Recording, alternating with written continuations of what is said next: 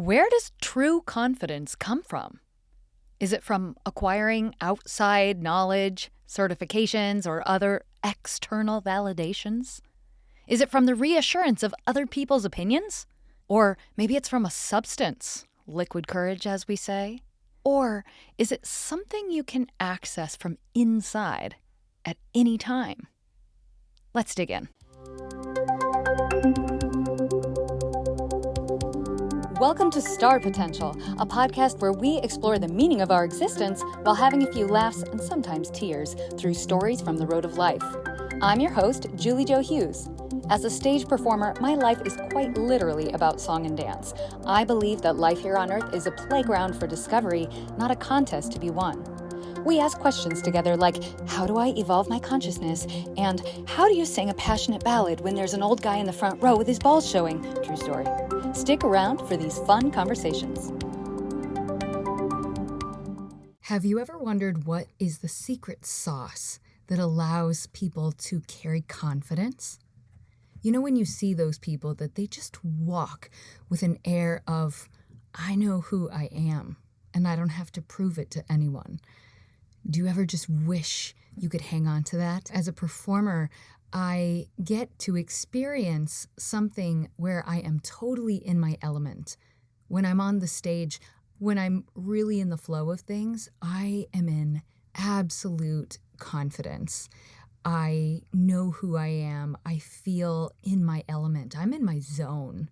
And people can feel that. After the show, what they'll say to me is, your energy is incredible. I couldn't take my eyes off of you. And I know what they're seeing is this inner sense of peace and knowing who I am and being totally in the flow of my zone of genius, we could call it. It's not something that can necessarily be taught, but it has to be felt. It's something that we can learn how to feel.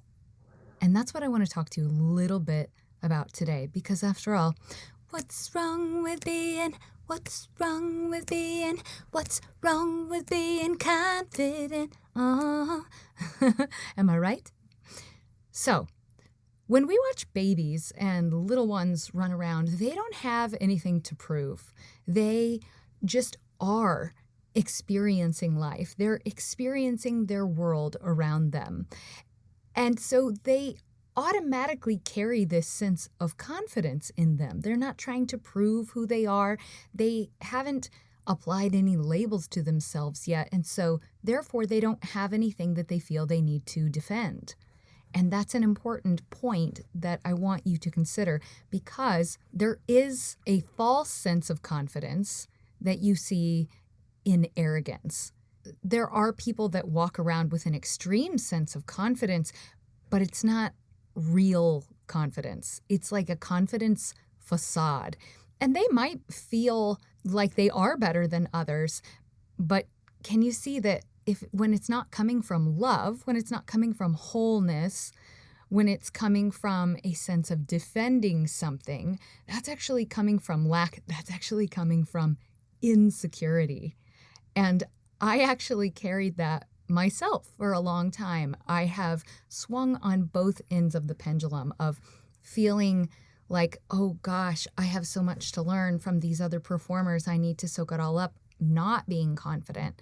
And then over time realizing, you know what? I can hold my own with all these people. I don't have anything to feel ashamed about or any reason to hold back.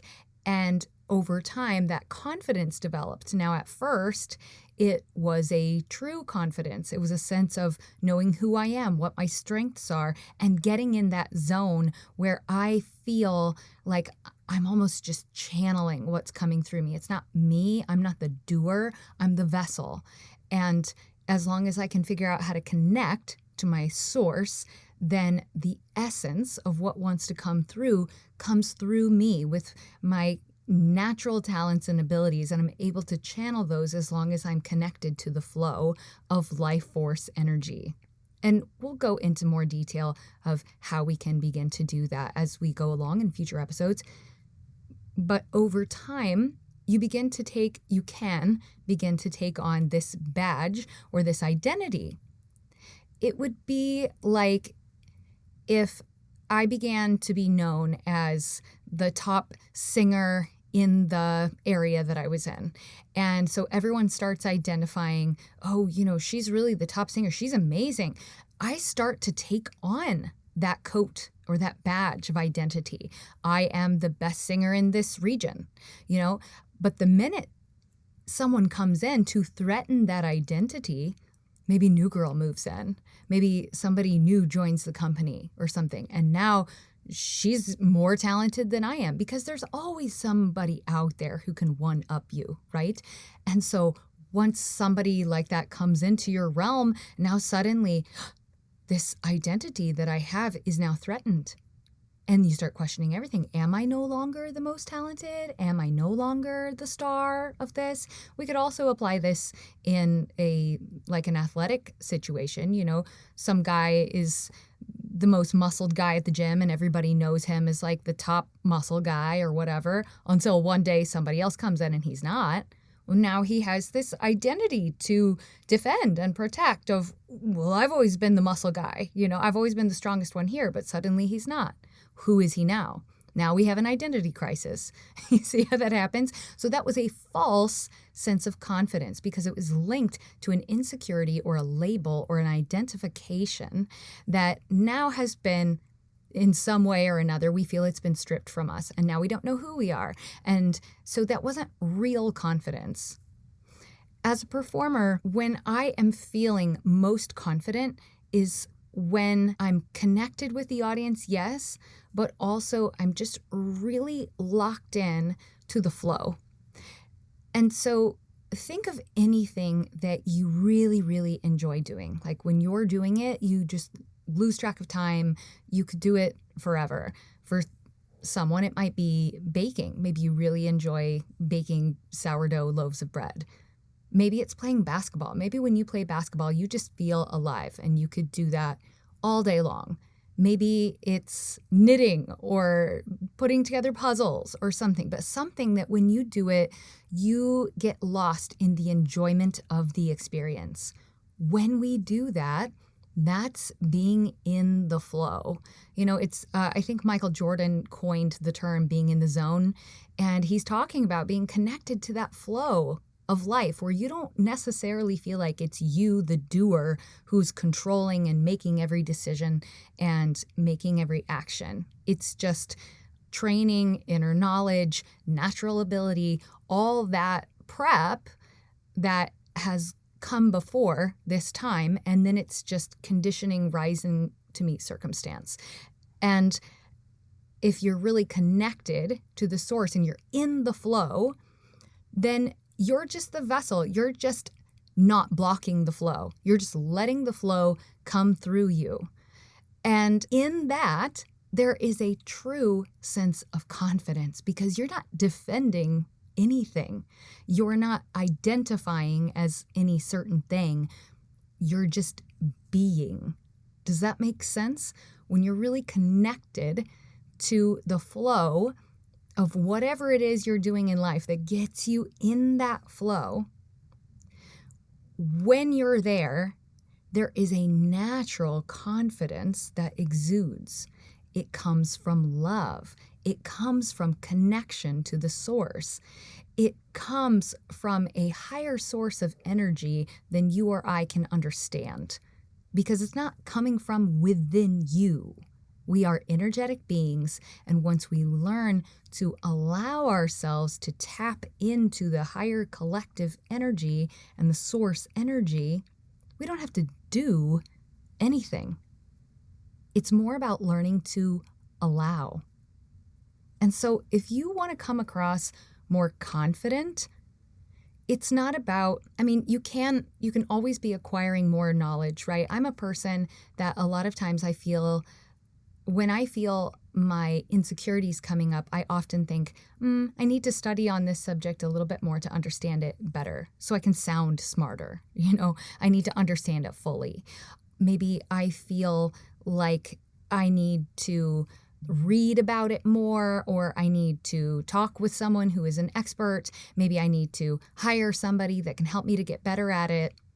And while there is a time and a place to do all of those things, and they're still very valuable, it can't be the only thing that you're doing for your confidence. The level of understanding and kind of surface level on an intellectual level, that's what I was just referring to. To go to the deeper level of embodiment, that is actually coming from within. It's not coming from without. So it's not about acquiring more knowledge, taking another course, getting another certification.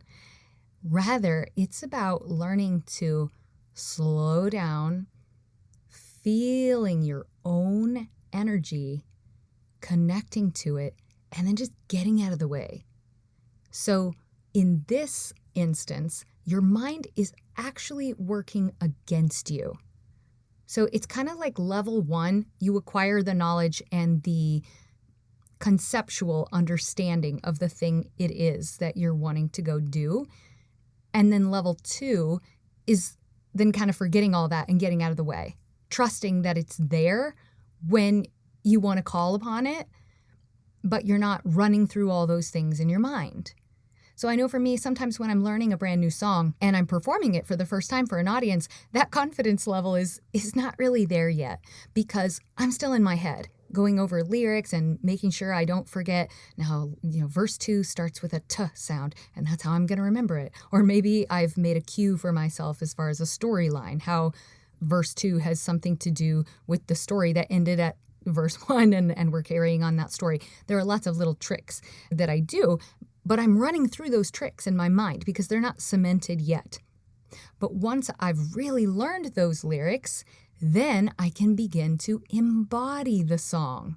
That's where my natural confidence comes out because I already know that my skill level is there to perform the song. And now I am sure that the lyrics are in my head because we've gone over them many, many times and I don't have to think about them anymore. So now I'm relying on the level 1 steps that I already took.